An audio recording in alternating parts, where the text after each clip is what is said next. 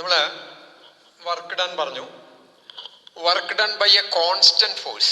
എന്താണ് ശരിക്കും പറഞ്ഞ കോൺസ്റ്റന്റ് ഫോഴ്സ് എന്ന് പറഞ്ഞാൽ, ഇപ്പം വർക്ക് ചെയ്യുമ്പോൾ ഡിസ്പ്ലേസ്മെന്റ് ഉണ്ട്. ഡിസ്പ്ലേസ്മെന്റ് ഇല്ലെങ്കിൽ ദർ ഈസ് നോ വർക്ക്. അപ്പം മൂവ് ചെയ്യണ ഓരോ ഇൻസ്റ്റന്റിലും ഫോഴ്സിന്റെ വാല്യൂ മാറാതിരുന്നാൽ that force can be called as a constant force. മൂവ്മെന്റിന്റെ ഓരോ ഇൻസ്റ്റന്റിലും അല്ലെങ്കിൽ ഓരോ പൊസിഷനിലും ഫോഴ്സിന്റെ വാല്യൂ മാറാതിരുന്നാൽ that force is called a constant force. അപ്പോൾ ഞാൻ ഒരു ഒബ്ജക്റ്റിനെ എഫ് കോൺസ്റ്റന്റ് ഫോഴ്സ് അപ്ലൈ ചെയ്തിട്ട് x1 എന്നുള്ള പൊസിഷനിൽ നിന്ന് നീക്കിയിട്ട് x2 എന്നുള്ള പൊസിഷനിലേക്ക് കൊണ്ടുവന്നു. എങ്ങനെ? In the direction of force. ഫോഴ്സിന്റെ ഡയറക്ഷനിൽ തന്നെയാണ് നീക്കി, x1 x2ലേക്ക് നീക്കി. അങ്ങനെയാണെങ്കിൽ ഡിസ്പ്ലേസ്മെന്റ് എന്ന് പറയുന്നത് final position minus initial position, x2 minus x1 ആണ് displacement. And the work w is given by f into x2 minus x1. പിന്നെ കോസ് തീറ്റ വരും. ഇവിടെ തീറ്റ 0 ആണ് ഫോഴ്സിന്റെ ഡയറക്ഷനില്ല. ഇതിൻ്റെ ഒരു ഗ്രാഫിക്കൽ റെപ്രസെന്റേഷൻ ഗ്രാഫായിട്ട് വരയ്ക്കുക. അതായത് പൊസിഷൻ അല്ലെങ്കിൽ ഡിസ്പ്ലേസ്മെന്റ് ഈ ആക്സിസിൽ എടുക്കാം. ഇതിപ്പോൾ ഇനീഷ്യൽ പൊസിഷൻ 0 ആയിട്ട് എടുത്താൽ ഇത് ഡിസ്പ്ലേസ്മെന്റ് എന്ന് എഴുതുന്നതിലും തെറ്റില്ല. ഇവിടെ ഫോഴ്സ് എന്ന് എടുത്ത് നോക്കിയാൽ ഈ ഫോഴ്സിന് ഒരു കോൺസ്റ്റന്റ് വാല്യൂ എഫിലാണെങ്കിൽ ഏത് ഇൻസ്റ്റന്റിലും ആ വാല്യൂ മാറുന്നില്ല. അപ്പോ let this be x1 and let this be x2.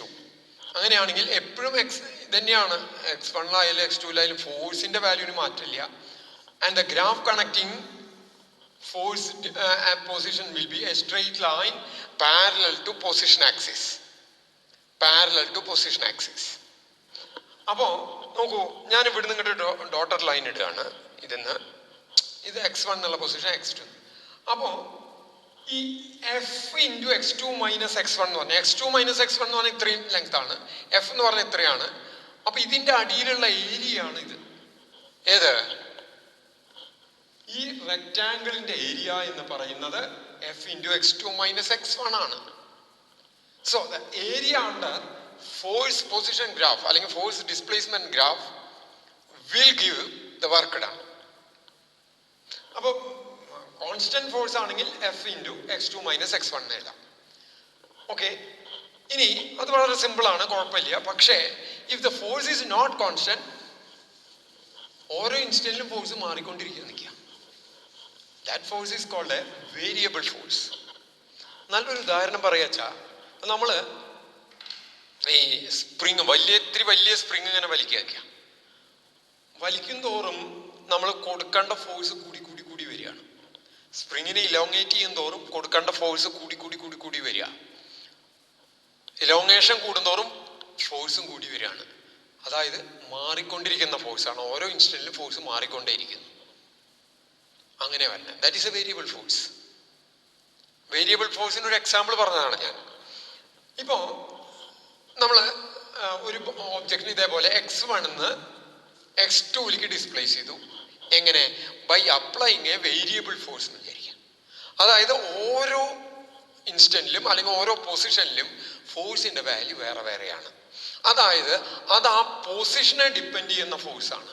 I can write it as F of X. What is F of X? F എന്ന് പറഞ്ഞ force is A function of X എന്ന് പറഞ്ഞ position. എന്ന് പറഞ്ഞാൽ position മാറുന്നതിനനുസരിച്ച് force മാറുന്നു എന്നർത്ഥം. Constant ഫോഴ്സിൽ വരുമ്പോൾ we cannot write f of x. Position അനുസരിച്ച് മാറുന്നില്ല. ഇവിടെ പൊസിഷൻ അനുസരിച്ച് മാറുന്നു എന്ന് കാണിക്കാനാണ് എഫ് ഓഫ് എക്സ് എന്ന് ഇടുന്നത്. ഇനി എന്ത് ചെയ്തു വെച്ചാൽ ഞാൻ നേരത്തെ പോലെ ഗ്രാഫ് തന്നെ വരയ്ക്കുകയാണ്. ഓരോ ഇൻസ്റ്റന്റിലും ആദ്യം ആക്സിസുകൾ എടുത്തു. ആക്സിസിൽ ഇവിടെ പൊസിഷൻ, ഇവിടെ ഫോഴ്സ് എന്ന് വിചാരിക്കാം. ഇനി ഓരോ പൊസിഷനിലും ഓരോ ഇൻസ്റ്റന്റിലും ഇത് വേണമെങ്കിൽ ഞാൻ ഇതേപോലെ x1 ഇടാം. ഇവിടെ ഞാൻ x2 x2ലേക്ക് ഡിസ്പ്ലേസ് ചെയ്ത വർക്കാണ് കാണേണ്ടത്. അപ്പോ x1 എന്നുള്ള നേരത്തെ ഒരു ഫോഴ്സിന് ഒരു വാല്യൂ ഉണ്ടായിരുന്നു.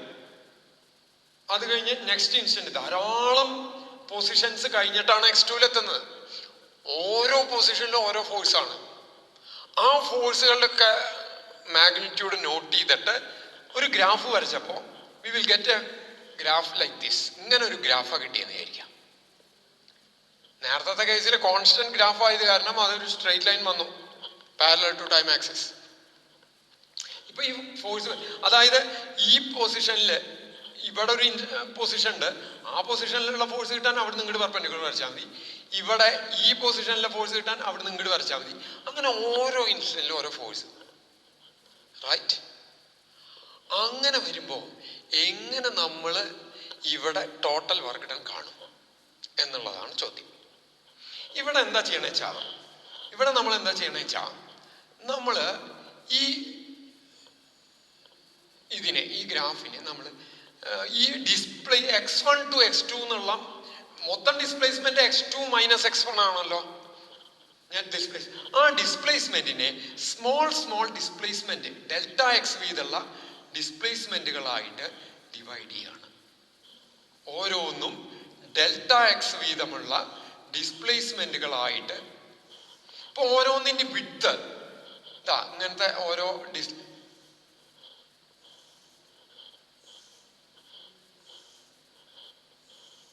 ഈക്വൽ ആണ്.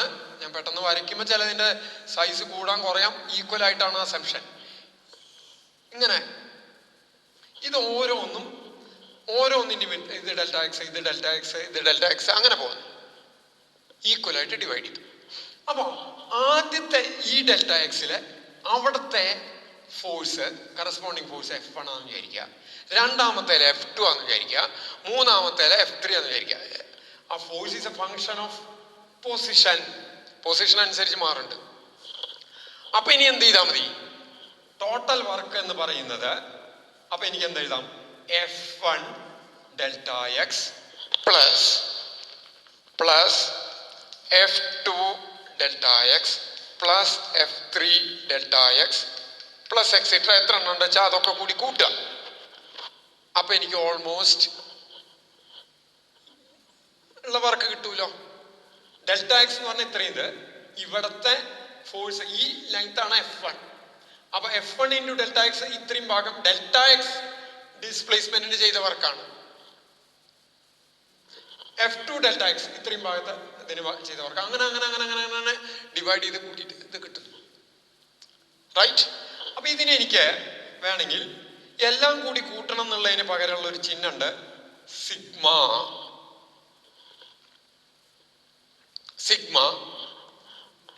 എനിക്ക് എന്തെഴുതാം? സിഗ്മ എഫ് ഐ എന്ന് എഴുതി Fi ഡെൽറ്റ എക്സ് എഴുതാം. എന്താ I1 കൊടുത്ത ഇവിടെ F1i, I2 കൊടുത്ത ഇവിടെ F2i, I3 കൊടുത്താൽ F3i, അങ്ങനെ പോകണം. എവിടം തൊട്ട് എവിടം വരെ? x1 to x2 വരെ കൂട്ടണം. x1 എന്ന് പറയുന്നത് അതിന്റെ ലോവർ ലിമിറ്റ്, x2 എന്ന് പറയുന്നത് ഹയർ ലിമിറ്റ്. ഇതിനെ വേണമെങ്കിൽ നമുക്ക് ഈ I ഒഴിവാക്കിയിട്ട് ഇങ്ങനെ എഴുതാട്ടോ. ഇങ്ങനെ എഴുതാം. എങ്ങനെ? f of x delta X. എത്ര എഫുകളുണ്ടോ അതാത് പ്രദേശത്തെ എഫിനെ, അതാത് പ്രദേശത്തെ ഡെൽറ്റ എക്സിനെ അതാത് പ്രദേശത്തെ എഫ് കൊണ്ട്, ഫോഴ്സ് കൊണ്ട് മൾട്ടിപ്ലൈ ചെയ്ത് ഒക്കെ കൂടി കൂട്ടണം എന്നർത്ഥം. പക്ഷെ ഇവിടെ നോക്കൂ, ഇവിടെ ഞാൻ ഈ ഒരൊറ്റ സെഗ്മെന്റ് തന്നെ എടുത്തു കഴിഞ്ഞാൽ ഇവിടുത്തെ ഫോഴ്സ് F1 എന്ന് ഞാൻ പറഞ്ഞു. പക്ഷെ നോക്കൂ, ഇവിടെ ചെറിയൊരു ഇൻക്രീസ് വരുന്നുണ്ട്. ഈ ഇൻക്രീസ് വരുമ്പോൾ ഈ F1ന് ഒരു സിംഗിൾ വാല്യൂ അല്ല, അടുപ്പിച്ച് പല വാല്യൂ വരാൻ സാധ്യതയുണ്ട്.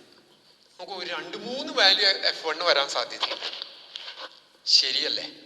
അതുപോലെ ഇപ്പൊ ഈ ഭാഗത്തൊക്കെ ഇവിടെയൊക്കെ F1, ഈ സ്ട്രെയിറ്റ് ആയിട്ടുള്ള പോർഷനിൽ എഫിന്റെ വാല്യൂ വലിയ ചേഞ്ച് ഉണ്ടാവില്ല. പക്ഷെ ഇങ്ങനത്തെ ഒക്കെ വരുന്ന ഭാഗത്ത് F1 ഫോഴ്സിന്റെ വാല്യൂവിന് ഒരു റേഞ്ച് ഓഫ് വാല്യൂസ്, പല വാല്യൂസ് വരാം. കൃത്യമായിട്ട് ഇന്ന വാല്യൂ ആണെന്ന് പറയാൻ പറ്റില്ല. കൃത്യമായിട്ട് ഇന്ന വാല്യൂ എന്ന് പറയണമെങ്കിൽ ഇതിന്റെ വിഡ്ത്ത്, ഈ ഡെൽറ്റ എക്സിന്റെ വിഡ്ത്ത് വളരെ ചെറുതായിരിക്കണം. ആ ഡെൽറ്റ എക്സ് വളരെ ചെറുത്. അപ്പൊ ഈ വരച്ച വര തന്നെ ഒരു ഡെൽറ്റ എക്സ് ആയിട്ട് എടുത്തു വെച്ചാൽ ഇവിടെ ഷാർപ്പായിട്ട് എഫിന് ഒരു വാല്യൂ വരുള്ളൂ, ഒറ്റ വാല്യൂ വരുള്ളൂ. അതിന് ഏറ്റവും ചെറുതാവും തോറും ആ വാല്യൂ കൂടുതൽ കൃത്യമായിരിക്കും. ഏത് വാല്യൂ? ഫോഴ്സിന്റെ വാല്യൂ. എന്നാൽ ആ തിക്നെസ്, ആ ഡെൽറ്റ എക്സ് എന്ന് പറയുന്ന, അപ്പൊ ഏറ്റവും ചെറുതാവുന്നതാണ് നല്ലത്. ഏറ്റവും ചെറുതായിട്ട് അത് 0 ആയി എന്തായി? 0 ആയി കഴിഞ്ഞാൽ പിന്നെ ഡിസ്പ്ലേസ്മെന്റ് ഇല്ല. ഒരു പോയിന്റായി, പോയിന്റിന് ഡിസ്പ്ലേസ്മെന്റ് ഇല്ല. ഡിസ്പ്ലേസ്മെന്റ് ഇല്ലാണ്ട് ആയി കഴിഞ്ഞാൽ പിന്നെ വർക്കൂല. അപ്പോ 0 ആവാൻ പാടില്ല, പക്ഷെ ഏറ്റവും ചെറുതാവണം എന്ന് പറഞ്ഞാൽ ആ കണ്ടീഷനാണ് ടെൻസ് ടു 0. 0നോട് അപ്രോച്ച് ചെയ്യണം, ഏറ്റവും ചെറുതാവുക. എന്നാൽ ഇല്ലാണ്ട് ആവാനും പാടില്ല, ടെൻസ് ടു 0. ഈ കണ്ടീഷൻ നമുക്ക് ഇതിൽ അപ്ലൈ ചെയ്യാം. W ഈക്വൽസ്, ഈ കണ്ടീഷൻ കൊടുത്താൽ എക്സാക്റ്റ് ആയിട്ടുള്ള വാല്യൂ ഇത് കിട്ടും. തന്നെയല്ല, ഇവിടെ വേരിയേഷൻ ഇപ്പൊ ഇങ്ങനെ ഇതാവുമ്പോ ഇതിൽ വേറൊരു പ്രശ്നം കൂടി പറഞ്ഞത്, ഇങ്ങനെ വരുമ്പോ ഇതപ്പോ ഇത് ഒരു റെക്റ്റാങ്കിൾ ആണ്, ഇതിന്റെ ലെങ്ത് ഇൻറ്റു ഇതിന്റെ ലെങ്ത് ഡെഫിനറ്റ് ആയിട്ട് ഇതിന്റെ ഏരിയ തരും. പക്ഷേ ഇതിന് പകരം ഈ ഭാഗം ഇങ്ങനെ നിൽക്കുക ഇത്തിരി. അപ്പോ ഈ ലെങ്ത് നമുക്ക് എടുക്കാം. പക്ഷെ ഇവിടെ ചെറിയൊരു വളവുള്ള കാരണം, ഇവിടെ ചെറിയൊരു ഈ വളവ് കാരണം കൃത്യമായിട്ട് ഇതിന്റെ ഏരിയ ഈ വിഡ്ത്ത് ഇൻറ്റു ഈ ലെങ്ത് എന്ന് പറയാൻ പറ്റില്ല. അതിലും കുറച്ച് കൂടില്ലേ? എന്താ കാരണം? ഇവിടെ ഈ വളവുള്ളതുകൊണ്ടാ. ഈ വളവുള്ളതുകൊണ്ടല്ലേ അത് വരുന്നത്. നേരെ മറിച്ച് ഈ വളവില്ലാണ്ട് സ്ട്രെയിറ്റ് ആയിട്ടാണ് നിൽക്കണേ വെച്ചാൽ കൃത്യമായിട്ട് അത് പറയാൻ പറ്റും. അപ്പൊ അതിനും കൂടി വേണ്ടിയിട്ടാണ് ആ തിക്നെസ് ഒന്ന് കുറച്ചിട്ട് ആക്യുറസി കൂട്ടുന്നത്. അപ്പൊ ഏരിയ കൃത്യമായിട്ട് വരും, ഇതിന്റെ അടിയിലുള്ള ഏരിയ കൃത്യമായിട്ട്. അല്ലെങ്കിൽ ഇങ്ങനെ വരുമ്പോൾ കുറേശ്ശെ ഏരിയകളെ വൊമിറ്റ് ചെയ്യേണ്ടി വരും, അവിടെ മൾട്ടിപ്ലൈ ചെയ്യും. പോട്ടെ. അപ്പൊ ഈ കണ്ടീഷൻ ഇവിടെ അപ്ലൈ ചെയ്യാണ്. Limit delta x tends to 0 sigma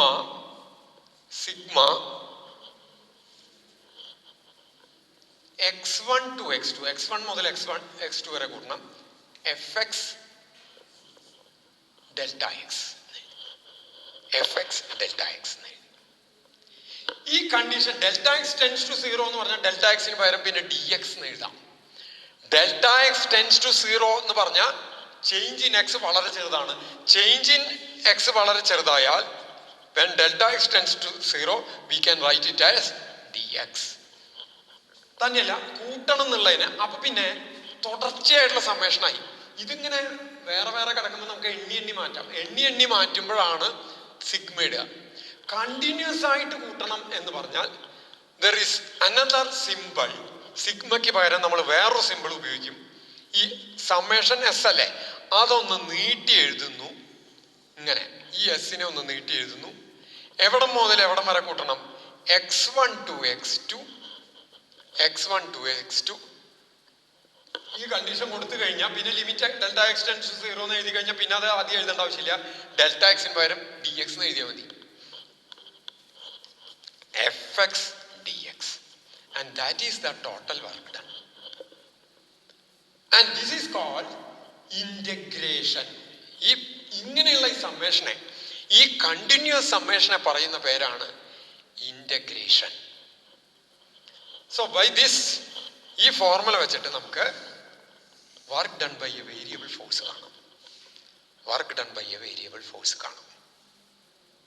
integral ഇതിനെ പറയുക എങ്ങനെയാ വെച്ചാൽ integral x1 to x2 fx dx.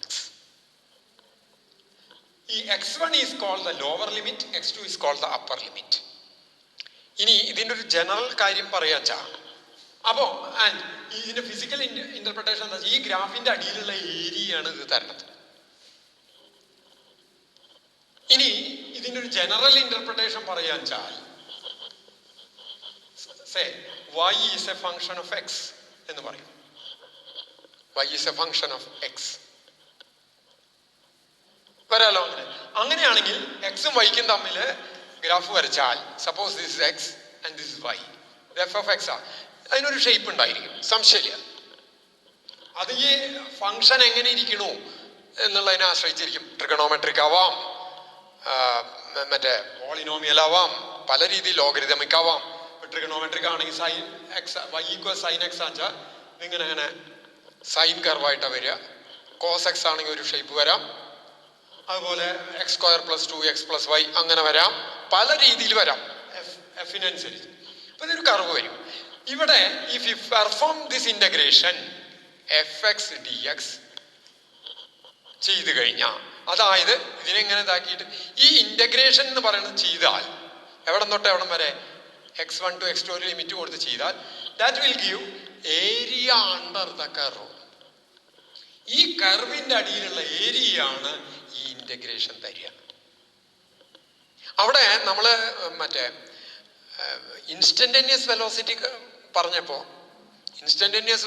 പറഞ്ഞപ്പോ ഡെറിവേറ്റീവ് ഓഫ് എക്സ് എന്ന് പറഞ്ഞു. അതിന്റെ റിവേഴ്സ് പ്രോസസ്സാണ് ഡെറിവേറ്റീവ് എന്ന് പറഞ്ഞാൽ നമ്മൾ ചെറിയ ചെറിയ ചെറിയ കഷ്ണങ്ങളാക്കുകയാണ്. ഇതെല്ലാം കൂടി കൂട്ടുകയാണ്, കണ്ടിന്യൂസ് ആയിട്ട് കൂട്ടുകയാണ്. So integration is the reverse process of differentiation. ആ മാത്സിൽ നിങ്ങൾ അടുത്ത കൊല്ലം കാൽക്കുലസിൽ വളരെ വിസ്തരിച്ച് പഠിക്കും അതിന്റെ ബാക്കിയുള്ള കാര്യങ്ങൾ. അപ്പൊ ഇവിടെ എഫ് എക്സ് എന്ന് പറയുന്നത് വൈക്ക് പകരം എഫ് എക്സ്, ഈ ഫങ്ഷൻ ഓഫ് എക്സ് എന്നല്ല കേട്ടോ, force is A function of position. എക്സും വൈക്കും പകരം, എക്സിന് പകരം പൊസിഷൻ, വൈക്ക് പകരം ഫോഴ്സ് ഇവിടെ വന്നു എന്ന് മാത്രം. അപ്പോൾ work done by a variable force is given by integral x1 to x2 fx dx.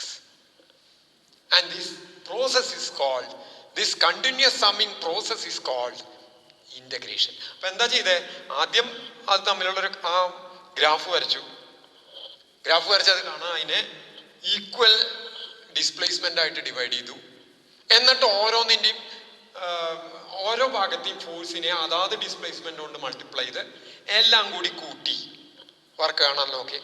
ആ റിസൾട്ടിന്റെ ആക്യുറസി ഏറ്റവും കൂടണമെങ്കിൽ ഇതിന്റെ തിക്നെസ് വളരെ ചെറുതായിരിക്കണം.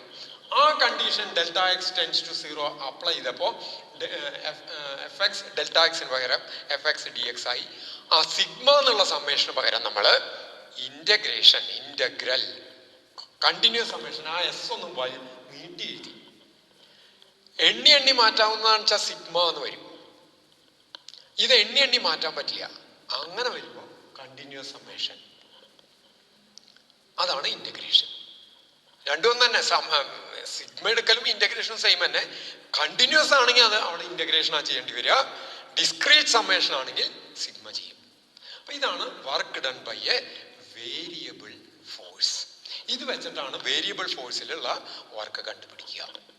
തൽക്കാലം ഇവിടെ നിർത്തുന്നു. അടുത്ത ക്ലാസ്സിൽ നമ്മൾ എനർജിയിലേക്ക് പോവാം.